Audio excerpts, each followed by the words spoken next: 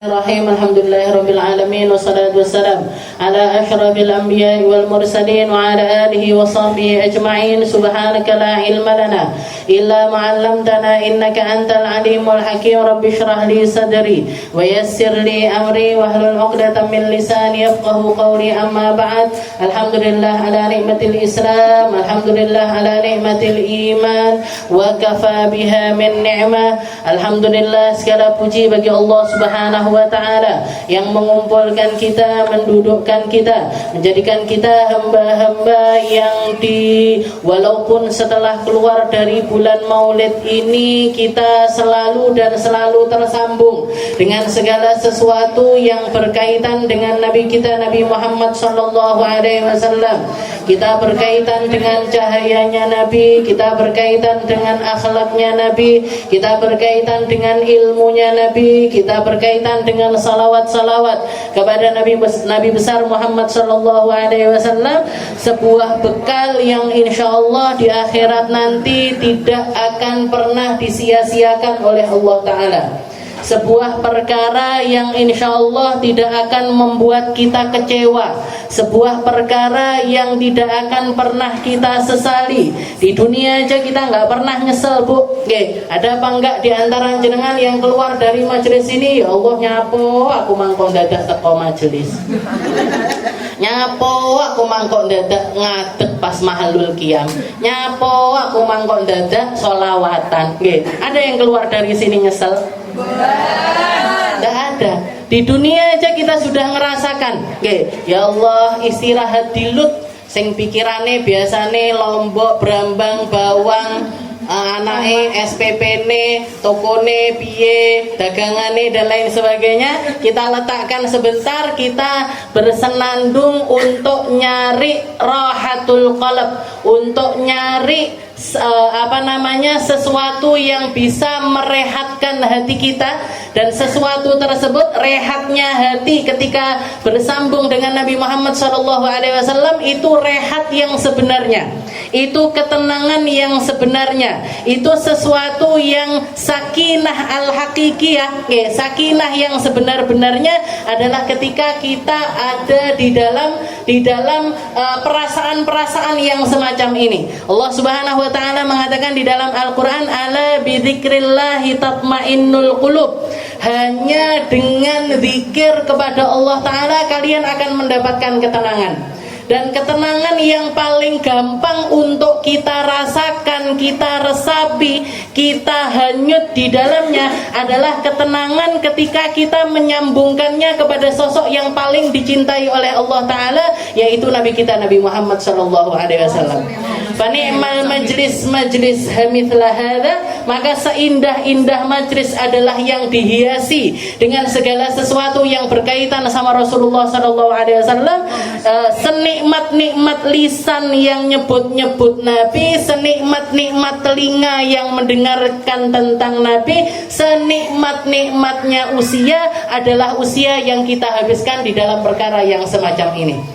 Makanya tadi di dalam Maulid Tiba pun disebutkan qasidah yang terakhir, salatullahi malahat kawakib, itu di akhir ada kalimatnya beliau yang mengatakan, walau anna sa'aina kulla yaumin li ahmada maulidan. Kalau misalkan setiap hari pun, setiap waktu pun kita pakai untuk maulidan, kita pakai untuk gelar acara maulid semacam ini, nyebut-nyebut tentang Rasulullah SAW, bahkan wajib. Yang semacam itu sesuatu yang wajar. Yang semacam itu bukan sesuatu yang berlebihan. Yang semacam itu bukan sebuah keborosan, bukan buang-buang waktu, bukan sesuatu yang gak ada nilainya, tapi sesuatu yang tidak akan pernah kita sesali dunia sampai akhirat. Saya kemarin bulan Maulid saya habiskan di Hadramut. Di situ pagi nemu Maulid, siang nemu Maulid, sore nemu Maulid, bar maghrib enek Maulid, bar isya ada Maulid. Bahkan ketika saya ziarah Zambal, ziarah Zambal itu mulai dari habis maghrib sampai setengah 10, itu masjid-masjid yang ada di sekitaran Zambal itu semuanya yang dibaca Maulid, dan beda-beda. Di sini Maulid Azab, di sini Syaraful Anam, di sana Maulid Habsyi, di sana maulidnya Habib Umar dan lain sebagainya, dibaca semuanya bareng. Ndak enek sing tukaran, Bu. Nggih. Ndak enek sing pokok majlisan ning kono, majlisan ning kene ae. Masjid kono gawe, masjid kene yo bareng gawe. Bene. Nggih, wong semuanya sama-sama, nggih, sama-sama menghidupkan buk'ah, nggih, sama-sama menghidupkan tempat-tempat rumah-rumah, terutama adalah masjid-masjid, musola-musola, untuk sama-sama merehatkan hati. Sebenarnya ketika kita nginget-nginget tentang Rasulullah itu kan yang perlu kita, nggih, yang perlu ditenanginkan kita. Nabi Muhammadnya sudah tenang, Bu. Nggih, Nabi Muhammadnya nggak butuh salawatnya kita, nggak butuh kita yang semacam ini, nggak butuh. Wes akeh sing mocone solawat untuk Nabi Muhammad. Kelong sitok awake dhewe sing jenenge minah nggak solawat, nggak ngelongi, istilahnya nggak nurunkan kemuliaannya Rasulullah SAW. Tapi yang butuh solawatan kita, nggih. Apalagi kalau misalkan di situ ada majelis ilmunya, ada keterangan tentang Rasulullah SAW, maka di situ berlipat-lipat kali kemuliaannya. Bukan cuma dapat zikirnya yang di situ ada ketenangan, tapi juga dapat majelisnya. Istilahnya seperti yang dikatakan oleh Nabi Muhammad, man salaka tariqan yaltamisu fi ilman sahalallahu lahu tariqan ilal jannah. Orang yang datang ke majelis ilmu sebenarnya dia sedang mempersiapkan kemudahan untuk masuk ke dalam surganya Allah Ta'ala. Nggih, awake dhewe iki menakne kuburane awake dhewe-dhewe. Awake dhewe-dhewe, nggih.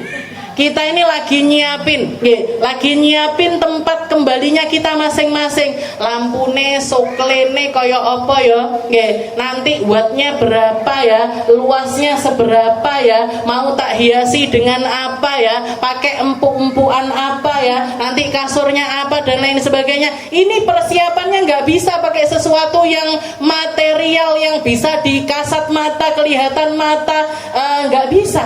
Nggih, aku tak gawe kuburanku dhewe, tak cepaki, tak tekel, tak anu, nggih, percuma yang semacam itu. Nggih, kalau mau nyiapin kuburan, kita nyiapin seperti persiapannya para ulama. Kalau Sayyidah Rabi'atul Adawiyah sebelum beliau meninggal, beliau gali kuburannya, ngatamin di dalam kubur itu tadi 50 kali khatmah. Peng 50 hataman Al-Quran di dalam kuburannya sendiri. Oke, ada salah satu Habib dari bangsa Al-Muhdor yang ngiri, masa Rabi'atul Adawiyah yang perempuan bisa ngatamin Al-Quran 50 kali di dalam kuburannya, wong lanang kudu luwih akeh. Oke, maka beliau ngatamin di dalam kuburannya 100 kali khatmah. Oke, 100 kali hataman di dalam kuburannya beliau sendiri. Oke, nah, seperti itu kalau mau nyiapin, kalau mau persiapan, ini persiapannya kayak gitu. Oke, maca Quran, sholawatan, dzikiran, ngaji, belajar, berdakwah, sedekah dan lain sebagainya. Itu semuanya adalah hal-hal yang akan memperindah kuburan kita. Muga-muga kuburannya awake dhewe apik kabeh. Oke, tonggonan pisan. Kalau mau ndak Bu jenengan? Kok apa namanya? Kunjung-kunjungan, nggih. Kalau orang yang meninggalnya baik kayak gitu, Bu. Nggih, kalau para syuhada diceritakan di dalam tafsir, kalau orang-orang yang mati syahid, nanti roh-rohnya mereka ini sama Allah Taala diangkat. Nggih, diangkat sampai ke atas surganya Allah Taala. Setelah itu dimasukkan ke dalam jiwanya para burung-burung. Yatiru haitsu sya'. Terserah dia mau terbang kemana aja, terserah.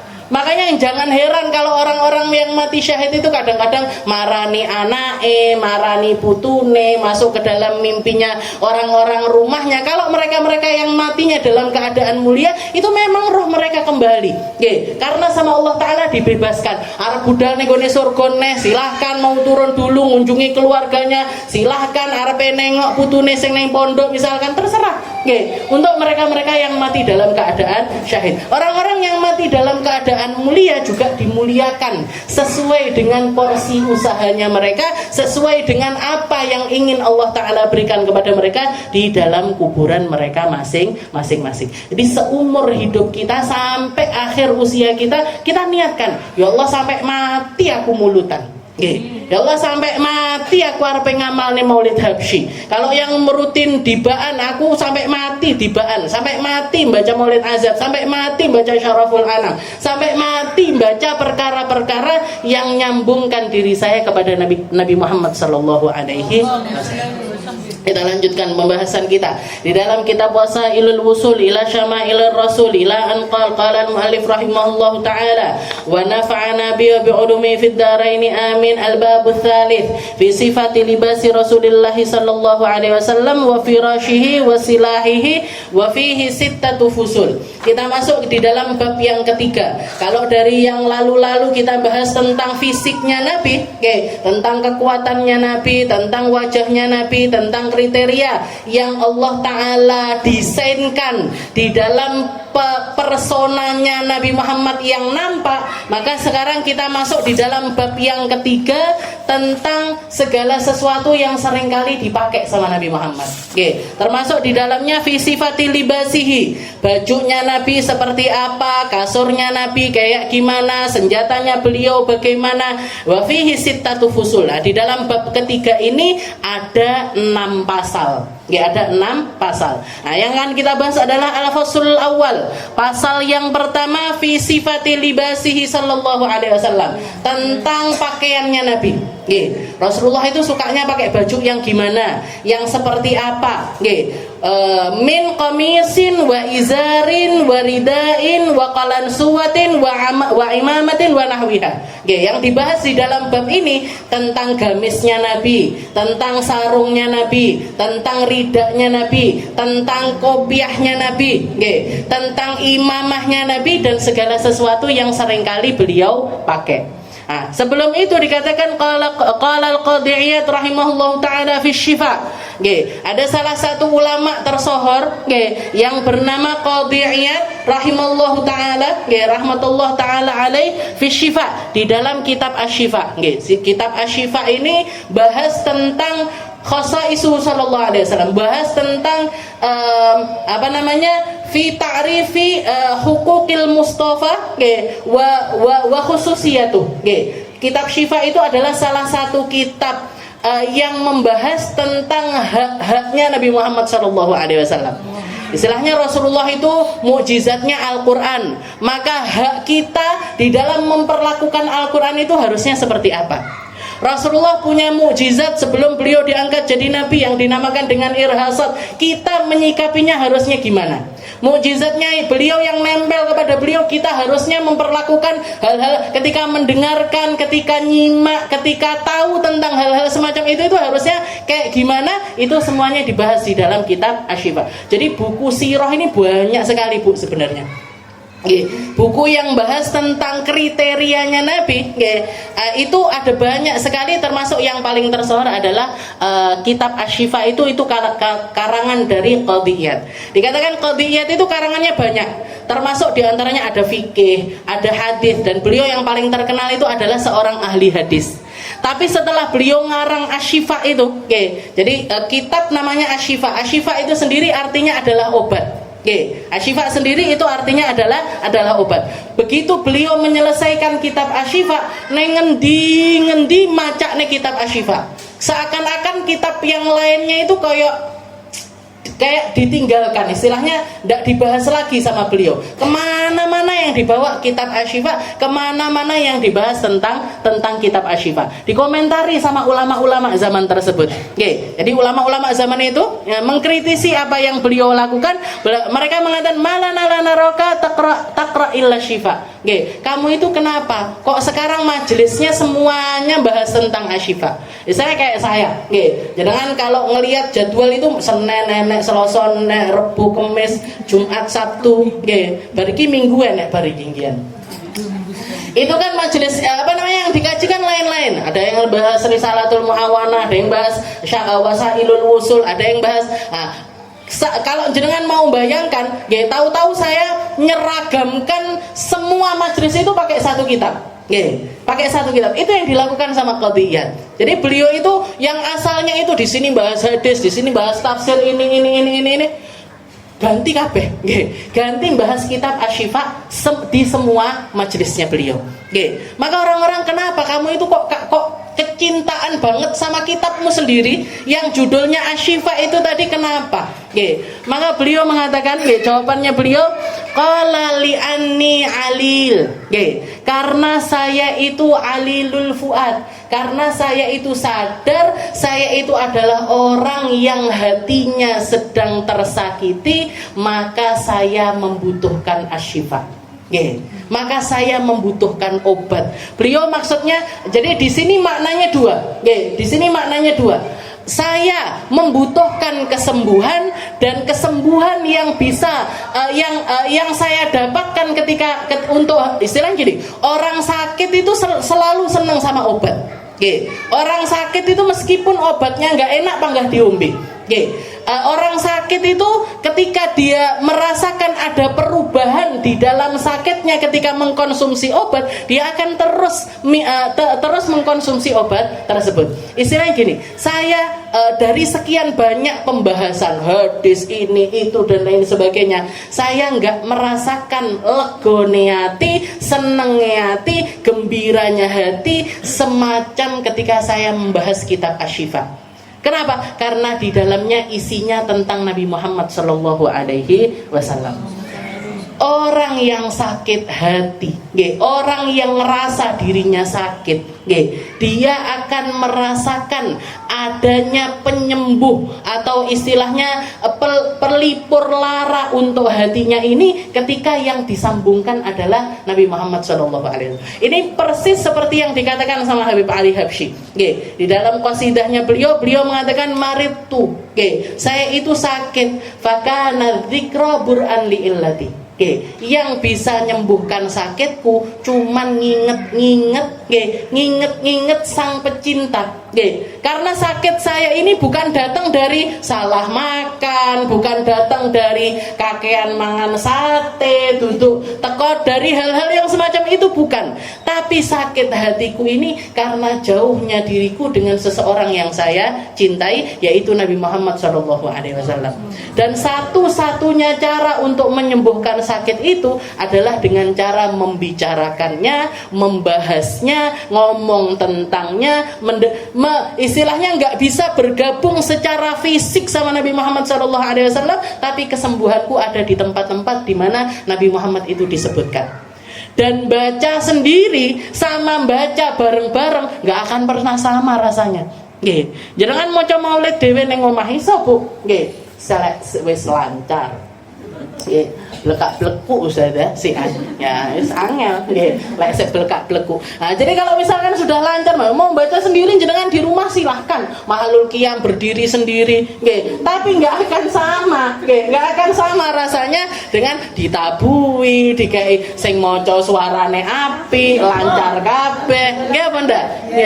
Nggak akan sama. Itu yang dirasakan oleh para pecinta. Kenapa kok mereka itu buru, maulid di sana diburu, maulid di sana diburu, pembahasan tentang Nabi Muhammad di sana diburu, majelis di sana diburu. Kenapa kok mereka buru itu semuanya? Karena mereka merasakan adanya perasaan lega dari rasa sakit hatinya yang sedikit terobati ketika ada di tempat-tempat semacam itu.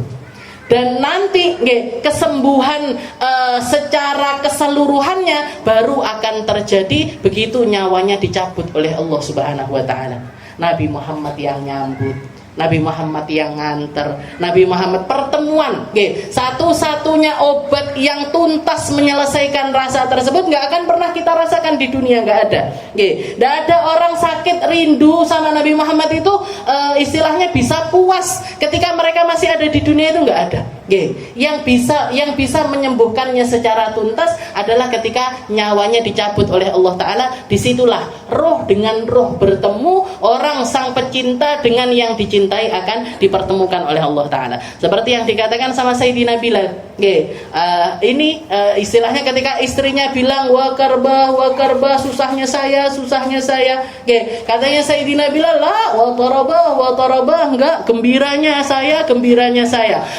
Dan nalqal ahibba, karena besok adalah pertemuan, adalah hari yang dijanjikan oleh Allah Ta'ala menjadi pertemuan antara saya dengan kekasih saya, yaitu Nabi Muhammad SAW. Orang sekitarnya mungkin sedih, tapi yang meninggal ini nggak ada sedih-sedihnya sama sekali. Jadi itu yang dikatakan. Jadi katanya Qadhi Iyad, beliau mengatakan undur siratan Nabi Muhammad sallallahu alaihi wasallam wa khuluquhu fil mal. Kalau membahas tentang pakaian, pakaian ini kan seringkali dijadikan patokan seseorang ini hidupnya mapan atau enggak. Seringkali dijadikan patokan orang ini duwe-duwe apa enggak. Seringkali jadi patokan orang ini, jadi prestisnya orang. Kalau bajunya bagus, bajunya apa nek wis enek mereke ngono, apa mereke? Nah, CCC misalkan. Utawa apa pokoknya ada mereknya. Itu sudah wis koyok-koyok jalan itu kayak 2 juta kayak muni kelambine. Itu enggak sekarang, enggak dulu kayak gitu, Bu. Enggak dulu, enggak sekarang modelnya kayak gitu, bawa tas mahal. Tasku ambune aroma sandal sing apik, klambi sing apik. Semuanya menjadi sesuatu hal yang semacam itu. Katanya Qadhiyat undur siratan Nabi. Ini kan kita bahas tentang pakaiannya Nabi. Di awal sebelum bahas tentang benar-benar pakaian, katanya beliau undur siratan Nabi Muhammad sallallahu alaihi wasallam wa khuluquhu fil mal. Kalian perhatikan bagaimana sejarah hidupnya Nabi Muhammad sallallahu alaihi wasallam dan akhlaknya beliau ketika beliau itu memiliki harta. Nabi Muhammad itu kalau dilihat di dalam sejarah, masa enggak punyanya sama masa punyanya, sugihe Nabi sama enggak sugihe Nabi, dawonan sugihe Nabi. Rasulullah itu lebih lama jadi orang kaya ketimbang jadi orang enggak punya, ketimbang jadi orang miskin. Tapi mindsetnya orang yang banyak dibahas, koyok Rasulullah soro banget. Omae elek, klambine elek, luwe sampai sesasi, sampai 3 bulan, ini itu dan lain sebagainya. Padahal katanya Qadhi Iyad, lihat akhlaknya Rasulullah sallallahu alaihi wasallam di dalam hartanya. Tajidhu qad utiya khazainil arad wa mafatihil bilad wa uhillat lahul ghanaim wa lam tahil li nabiyyin qablahu. Satu-satunya nabi yang dihalalkan oleh Allah Ta'ala untuk menikmati segala macam keindahannya dunia, baik itu harta ghanimah, baik itu harta rampasan, baik itu upeti dan lain sebagainya, itu baru dihalalkan untuk Nabi Muhammad SAW. Kalau para nabi-nabi terdahulu langsung di-cut sama Allah Ta'ala. Jadi begitu, nggak ada satu nabi pun kecuali perang. Nggak ada satu nabi pun kecuali lebih sering menang perang ketimbang kalahnya. Sama kayak Nabi Muhammad SAW. Tapi bedanya kalau zaman sebelum Nabi, begitu mereka berperang dapat harta ghanimah yang banyak. Karena kebiasaannya orang dulu kalau perang, bondone kabeh sak omahe digowo. Berangkase digowo. Perempuan-perempuannya punya perhiasan sak berapa dipakai semuanya. Buat apa? Buat nyemangati para laki-lakinya, sehingga mereka istilahnya di dalam pikirannya, kamu kalau sampai kalah di dalam peperangan ini entek kabeh. Bojomu hilang, anakmu hilang, bondomu hilang. Kamu akan pulang dalam keadaan miskin papa. Sehingga apa? Sehingga mereka termotivasi, aku kudu menang. Jadi istilahnya semua hartanya itu dibawa. Kudanya dibawa, ontanya dibawa, semuanya dibawa.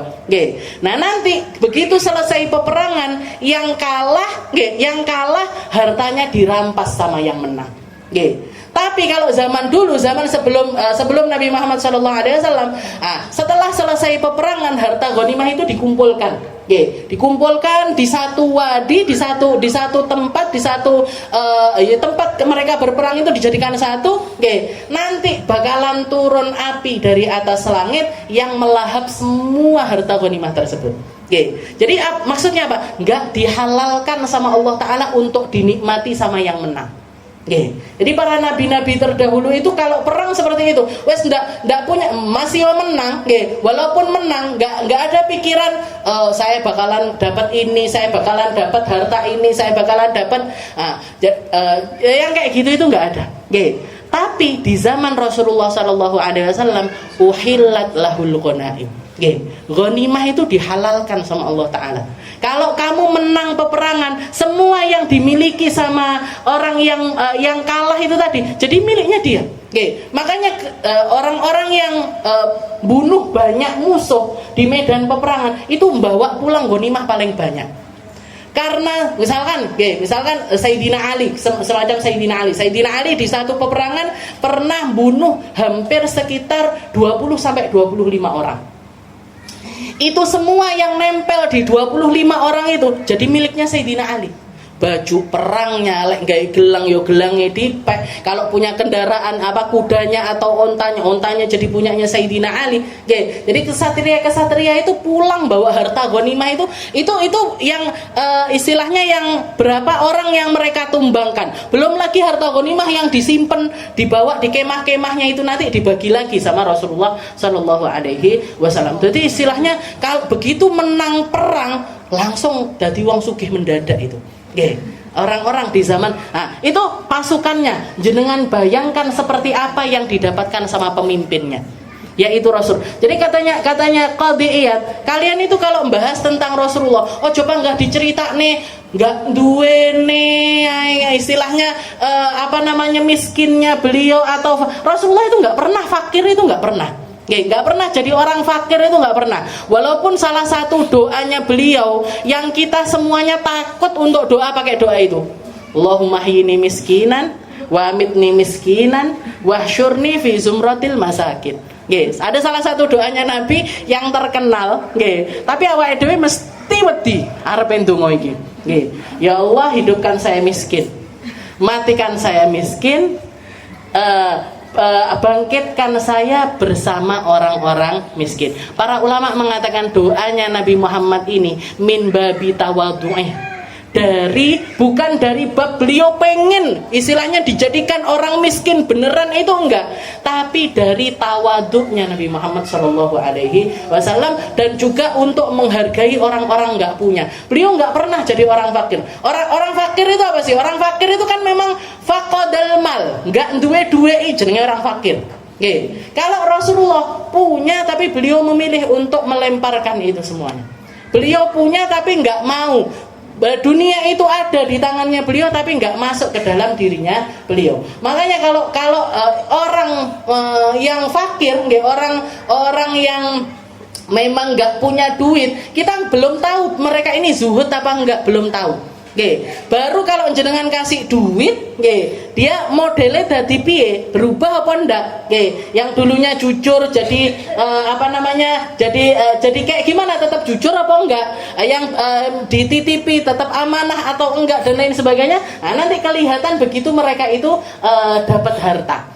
Nah, Rasulullah Shallallahu Alaihi Wasallam itu bukan orang fakir, tapi beliau memilih untuk menjadi orang yang zuhud. Beliau tajid qad utiya khazainul ard. Dunia ini dibukakan untuk Nabi. Mafatihul bilad, kunci-kunci brankase kaisar-kaisar yang sudah ditaklukkan sama Rasulullah Shallallahu Alaihi Wasallam di berbagai macam tempat. Wa uhillat lahul ghanaim, ghanimah dihalalkan untuk Nabi. Walam tahil li nabiyyin qabla, sebelumnya nabi-nabi enggak ada yang dihalalkan. Wa alaihi fi hayati sallallahu alaihi wasallam biladul Hijaz wal Yaman wa jami'u jaziratil Arab wa madana dzalika minasyam wal Iraq. Yang sudah ditaklukkan sama Nabi di zamannya beliau, negeri Hijaz, negeri Yaman, semua area Arab Saudi itu sudah ada di bawah kepemimpinannya Rasulullah sallallahu alaihi wasallam. Sugih kaya apa Rasulullah itu? Kaya macam apa Nabi Muhammad Shallallahu Alaihi Wasallam. Dan bahkan kalau dilihat di dalam sejarah, sebelum beliau diangkat jadi Nabi pun beliau sudah kaya raya. Pernikahan pertamanya Nabi di usia 25 tahun, beliau ngasih mahar kepada Sayyidah Khadijah enggak murah, Bu. 20 ekor onta. 20 ekor onta betina. Satu onta itu kalau zaman sekarang hampir 30 sampai 40 juta. Ini 20 ekor. Ditambah lagi masih 12,5 uqiyah. 12,5 uqiyah itu tadi saya hitung sekitar 200 gram emas. Jenengan tekok bakul emas niki. 200 gram emas. Itu bejaji piro lek di rupiah nih. Nggih. Terus kita mau ngomong Rasulullah itu ketika nikah sama Sayyidah Khadijah miskin, enggak duwe apa-apa. Mahare lo miliaran. Nggih. Maharnya beliau itu miliaran. Coba lihat anak muda sekarang umur 25 tahun yang nyekel neng rekeningnya nek duit sak M lho. Jenengan lihat, jenengan tanya. Nggih. Umur 25 sik tas tulus kuliah Ustazah. 25 belum sempet nyari kerjaan. Nggih, yang punya rekening sampai sak M yus bapake sing sugih. Nggih, bukan dia yang kaya raya, tapi Rasulullah nggih, enggak punya bapak, enggak punya ibu. Berarti apa? Itu uang pribadinya beliau. Yang beliau kerja mulai dari umur 6 tahun, gembalakan kambing, kongsi sama ini, dagang sampai ke negeri Persia dan lain sebagainya. Sampai di usia 25 tahun beliau bisa ngasih mahar kepada istrinya sebanyak. Dan istri-istrinya Nabi Muhammad yang lain, maharnya rata-rata segitu, Bu. Oke, 12,5 uqiyah. Oke, jangan eling-eling. 200 gram emas. Oke. 200 gram emas itu maharnya, mahar istri-istrinya Rasulullah SAW. Jadi beliau sebelum nikah harus nyekel uang. Setelah nikah istilahnya beliau bukan berarti masuk ke rumahnya Sayyidah Khadijah ini dalam keadaan ndak duwe, dalam keadaan nggak punya duit, enggak. Rasulullah nasabnya mulia, harta juga punya, ditambah lagi dengan kemuliaan akhlak yang luar biasa yang ada pada diri Nabi Muhammad SAW. Setelah beliau diangkat jadi Nabi, setelah berperang berkali-kali, tambah lagi, Jazirah Arab itu sudah ada di bawah kakinya Nabi. Hijaz sudah ada di bawah kakinya Nabi. Yaman sudah ada di bawah kakinya Nabi. Wa madana dzalika minasyam wal Iraq. Dan itu sudah mendekati masa di mana Irak dan juga Syam hampir ditaklukkan sama Rasulullah SAW. Realisasinya terjadi di zamannya Sayyidina Umar bin Khattab. Wa juliba ilaihi min akhmasiha wa jizyatiha wa sadaqatiha ma la yujbal lil muluk illa ba'du. Dan beliau diambilkan dari semua harta, kalau misalkan peperangan dan lain sebagainya, jatahnya Nabi Muhammad untuk pribadinya itu humusul humus, 1/5 dari 1/5. Seperlima dari, jadi misalkan hartanya umat ini istilah gajinya Nabi lah, gampangnya yang diperbolehkan sama Allah Ta'ala untuk diambil untuk pribadinya Nabi Muhammad SAW itu humusul humus, 1/5 dari 1/5. Jadi misalkan hartanya umat Baitul Mal itu ada 100%, jatahnya Nabi itu jadi dari 100 ini dibagi jadi 1/5, dibagi jadi 1/5. Nah, dari 1/5 itu dibagi lagi jadi 1/5 lagi. 1/5-nya dipakai untuk orang-orang kerabat-kerabatnya Nabi, buat ngopeni istri-istrinya Nabi, buat ngopeni paman-pamannya Nabi dan lain sebagainya. Buat orang fakir 1/5-nya lagi buat masolihul muslimin, buat dipakai untuk kemaslahatannya orang muslim 1/5 lagi, ibnu sabil 1/5 dan juga anak yatim 1/5. Jadi yang diambil sama Nabi 1/5 dari 1/5. 1/5 dari 1/5 kalau dari 100 juta ya enggak banyak. Tapi kalau dari triliunan atau bahkan ayo akeh, Bu. Yang ada di dalam genggamannya Rasulullah sallallahu alaihi wasallam. Wa hadanahu jama'atun min mulukil aqalim mimma sta'thara bi syai'in minhu. Belum lagi hadiahnya dari raja-raja yang ada di sekitarannya.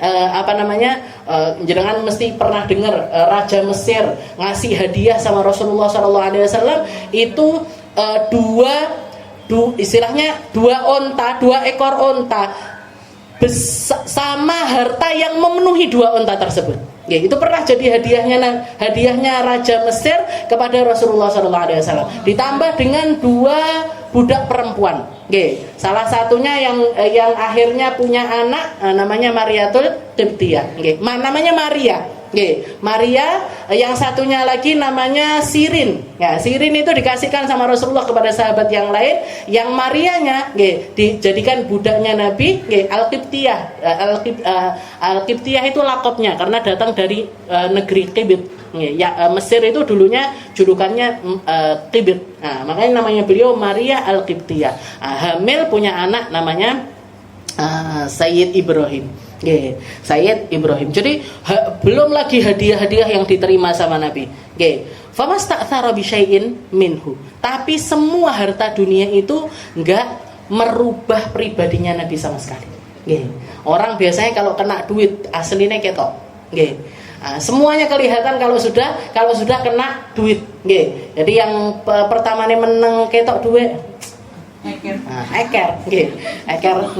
Eker tangane, eker atine, eker pikirane nggih. Tapi Rasulullah famasta'thara bi syai'in minhu wala amsaka minhu dirham, dan seringkali beliau memilih untuk enggak megang sedirham pun nggih. Bal sarafahu fi masarifihi, tapi beliau lebih memilih untuk meletakkannya di tempat-tempat yang pas untuk hal tersebut. Wa aghna bihi ghairuh, yang lebih sering dilakukan Nabi adalah mengayakan orang-orang yang ada di sekitarannya beliau nggih. Istilahnya bikin orang-orang sekitarnya ini berharta, beliau sendiri nggak ngambil sama sekali dari perkara tersebut. Wa qawwa bihil muslimin, dan yang lebih sering lagi dipakai untuk menguatkan pasukannya orang muslim, dipakai untuk membangun jalan, dipakai untuk membangun sekolahan, dipakai untuk bayari dokter-dokter, dipakai untuk bayari guru-guru nggih. Jadi istilahnya zamannya Nabi Muhammad, guru, orang yang bisa baca tulis nggih, itu dibayar sangat-sangat mahal. Pernah ada orang yang istilahnya ngalkulasi berapa bayarannya dokter sama guru nggih. Guru alif ba ta, guru belajar Al-Qur'an dan lain sebagainya, itu gajinya setara sama dokter. Nggih, gajinya setara sama dokter. Dalam satu tahun kalau dikalkulasi itu hampir 500 jutaan. Nggih. Itu gajinya guru-guru di zamannya Rasulullah sallallahu alaihi wasallam. Itu yang dilakukan. Jadi ya Rasulullah itu nuntut ikhlas. Ya, Rasulullah itu nuntut orang untuk ikhlas, untuk membersihkan hati, untuk banyak bersedekah dan lain sebagainya. Tapi haknya para pekerja ini nggak pernah diabaikan sama Nabi Muhammad SAW. Jadi beliau gaji orang sesuai dengan porsinya, sesuai dengan tenaga yang keluar dari mereka. Wa qawa bihil muslimin wa qal ma yasurni anna li uhudan dhahaban yabitu indi minhu dinar. Katanya Nabi Muhammad, kalimat yang sering keluar dari Nabi, maya suruni annali zahaban mithla Uhud. Saya itu enggak pernah seneng kalau misalkan punya segunung Uhud berupa emas. Nggih, jajal di sini di TKI. Nggih. Enek ndak sing enggak seneng emas. Nggih. Enek enggak sing enggak seneng duit. Nggih. Ndak seneng aku duit. Gila karo duit. Gila karo duit nggih. 2.000 lho seneng nggih. 5.000 aja lho seneng kita. Nggih, dikasih uang 5.000, 10.000, 20.000, senengnya luar biasa. Nggih. Katanya Nabi Muhammad suruni, saya itu enggak seneng. Wah, kalaupun misalkan punya segunung Uhud emas pun saya enggak seneng. Ya bitu indi minhu dinar, dan saya enggak seneng apalagi kalau sampai dinar tersebut duit itu tadi, emas itu tadi sampai nginep ning omahku, aku enggak seneng. Nggih. Dinar nginep ning omahe Rasulullah enggak seneng Rasulullah. Illa dinaran arsuduhu lidainin. Nah, jadi kalaupun jadi istilahnya gimana? Kalau beliau punya duit di rumah itu enggak akan pernah nyampe semalam nginep di rumahnya Nabi kecuali dibagi-bagikan sama Nabi. Nggih, kecuali dikeluarin, disedekain semuanya sama Rasulullah SAW. Kalaupun sampai ada yang nginep semalam, 2 malam, 3 malam, polnya itu 3 malam. Uang itu nginep di rumahnya Nabi itu pol 3 malam. Kalaupun sampai ada uang yang nginep di rumahnya Nabi sampai 3 malam, itu adalah uang yang beliau sisihkan untuk bayar utang. Nggih. Dipakai buat bayar utang, nunggu jatuh temponya diinapkan sama Nabi di dalam rumah. Selain itu kabeh disedekah nih sama Rasulullah SAW. Makanya istilahnya gini, nggih, kalau ngomongin tentang sedekahnya Nabi, nggak ada orang bisa nirukan sedekahnya Nabi Muhammad. Nggih. Kenapa? Karena kayak gini beliau, alergi sama duit.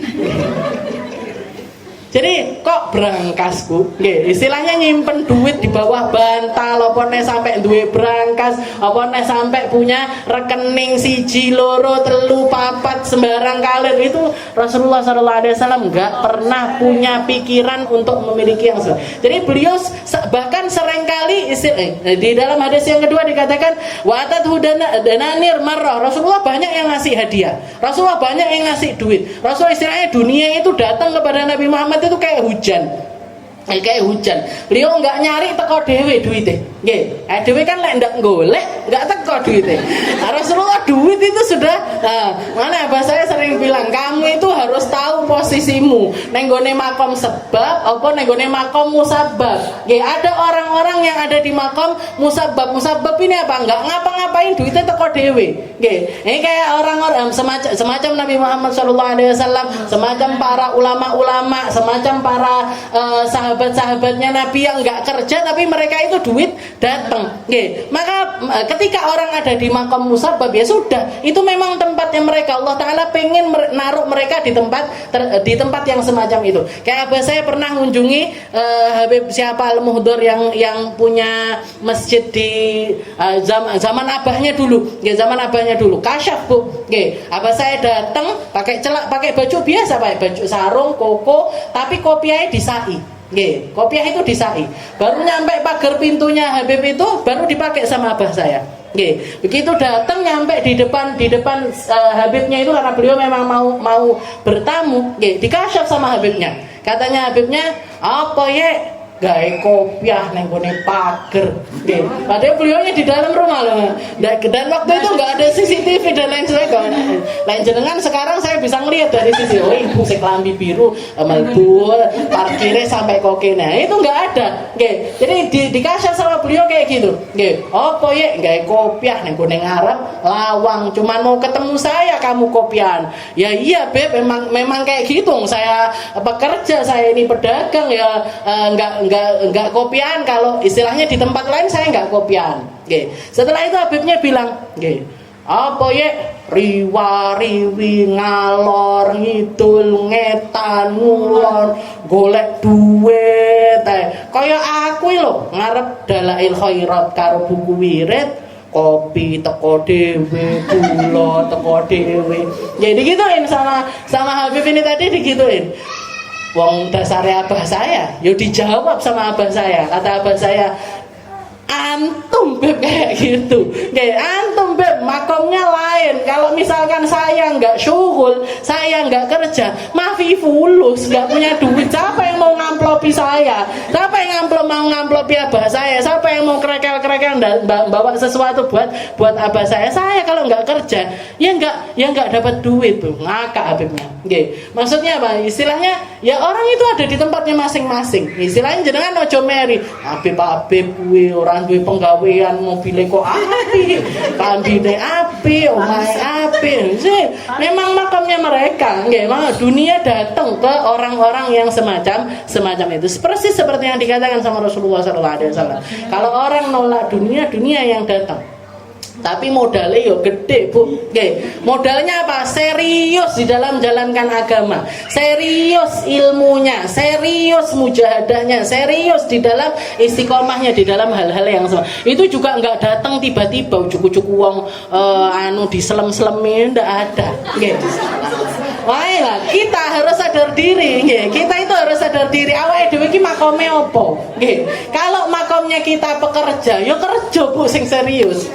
Dan orang-orang muslim itu memang sebaiknya bekerja. Rasulullah bangga sama orang-orang yang bekerja. Rasulullah bangga sama orang-orang kerja, orang-orang yang pernah Rasulullah nyalami tukang bangunan yang tangannya keriput-keriput karena dia itu capek bekerja. Diambil sama Rasulullah, tangannya dicium sama Rasul. Kenapa? Karena hormat sama orang-orang semacam ini.